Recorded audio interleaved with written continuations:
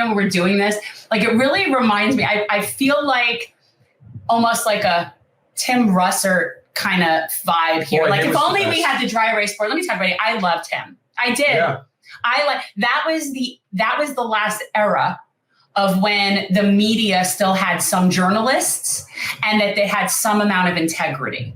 And then since then, it's just been downhill. But yeah, Tim Russert with the dry erase board on election night was like the best.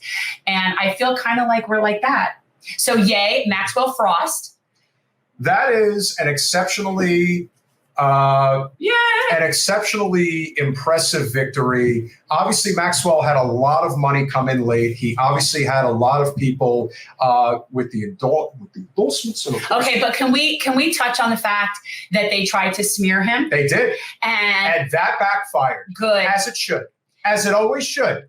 And I don't know. You know, I'm gonna try to find the state. Yeah. So, guys, I wanted to say something about Maxwell Frost's campaign. I do. I feel like this needs to be said.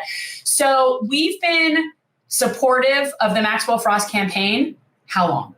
Like how long since you started reaching out to them and supporting? We stopped by the offices in Orlando wanting to meet them and really be supportive of them. And his campaign manager really went out of his way to kind of ghost us a little bit.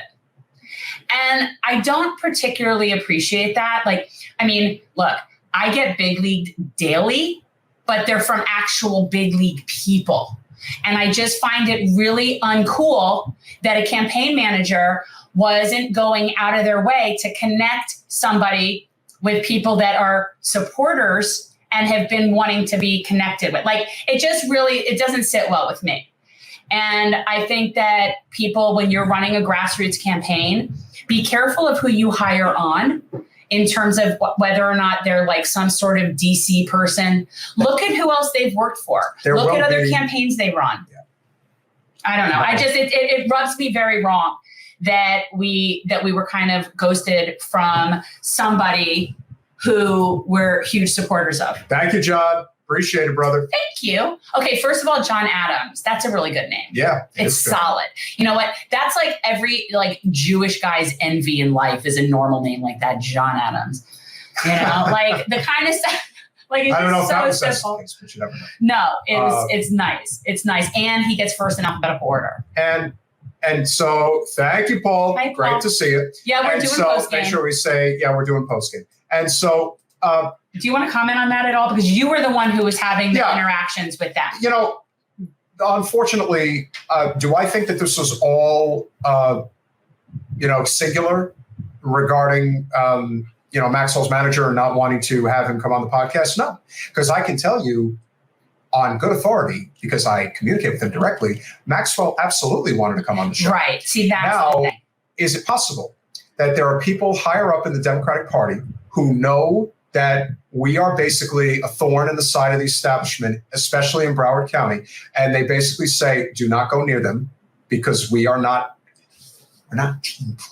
We're not team players. We don't play well with others. You know, we're not just going to capitulate to the party establishment. No. And not to say that Maxwell is necessarily going to do that, but they are going to work their tail off to try to make sure that he does. What is working in Maxwell's favor is that the March for Our Lives guys, led by David Hogue and many others, are behind him 100%. And they know that real progressive change needs to come to Capitol Hill. And now they have a vessel that's going to go there. And we have to hope that he circles himself with people that are well-intended. Yes. And that he, and this is the thing that concerns me about him being really young. This is the kind of stuff where I think, especially people that are young, can kind of maybe go in the wrong direction and get led easily in the wrong direction, get a little starry-eyed, get a little ambitious. And I think that it's easy to then sort of be talked into, oh, this is who you should hire for this and then before you know it, you're not who you are. Like that's the thing that concerns me. And age, I do think, is a factor. Oh, yeah. No, I definitely think there is something to that. Max Strike, we will agree to disagree. I'm sorry you feel that way, but we are supporting non-corporate representation.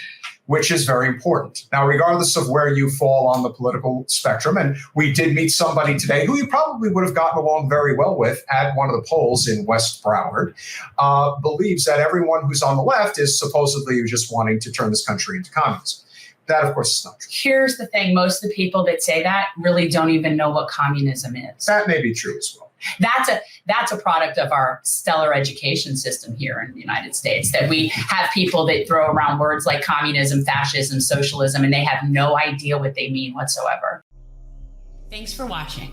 If you want to support our mission to transform politics into service, please like this video, subscribe, follow us on social media, and consider joining our Patreon, where you'll get early access to our interviews as well as other exclusive content. Links are in the description. Peace out.